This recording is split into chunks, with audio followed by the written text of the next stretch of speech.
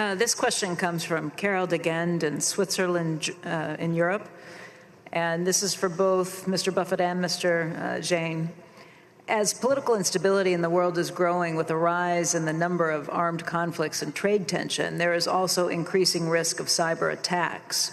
What are your views on cybersecurity insurance? Asking this question in general for retail, small businesses, and large companies, including critical key infrastructure such as power plants, harbors, airports, nuclear plants, etc. Do you see a potential for profit-making in cybersecurity insurances, and what are the key challenges? Okay, let me start. Cyber insurance has become a very fashionable product these days. Over these last few years, it is at least a $10 billion market right now globally. And profitability has also been fairly high. I think profitability is at least 20% of the total premium has ended up as profit in the pockets of the insurance bearers. Now, having said that, we at Berkshire tend to be very, very careful when it comes to taking on cyber insurance liabilities.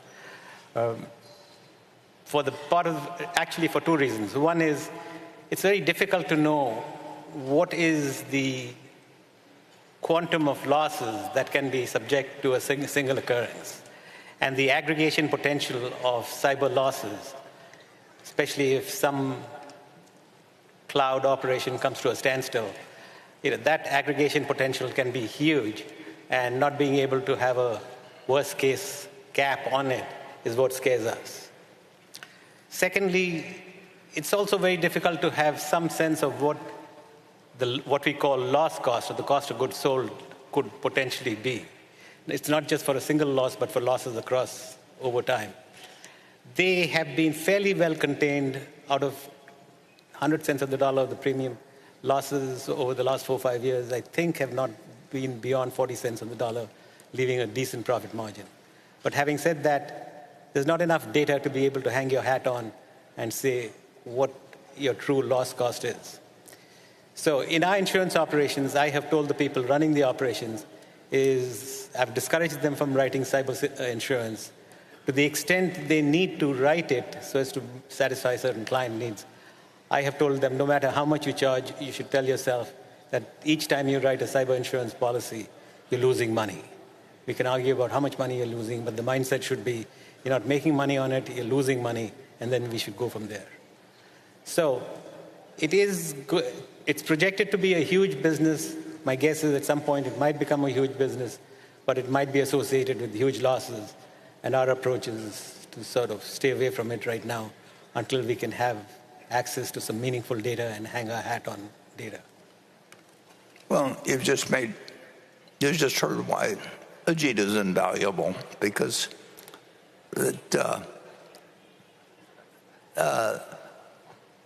when you insure something, you really want to think of how much can you lose.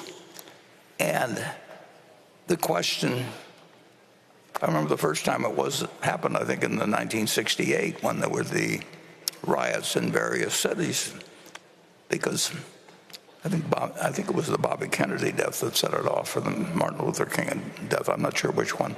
But in any event, when you write a policy, you have a limit in that policy. But the question is what is one event? So if somebody is assassinated in some town, and that causes losses at thousands of businesses all over the country, if you've written all those thousands of policies, do you have one event, or do you have 1,000 events? And there's no place where that kind of a dilemma enters into more than cyber. Because if you think about it, let's say you're writing $10 million of limit per risk, and you decide that's fine, and if you lose $10 million, for some event, you can take it. But the problem is if that one event turns out to affect 1,000 policies and somehow they're all linked together, in some way, and the courts decide that way, you've written something that in no way we're getting the proper price for and could break the company.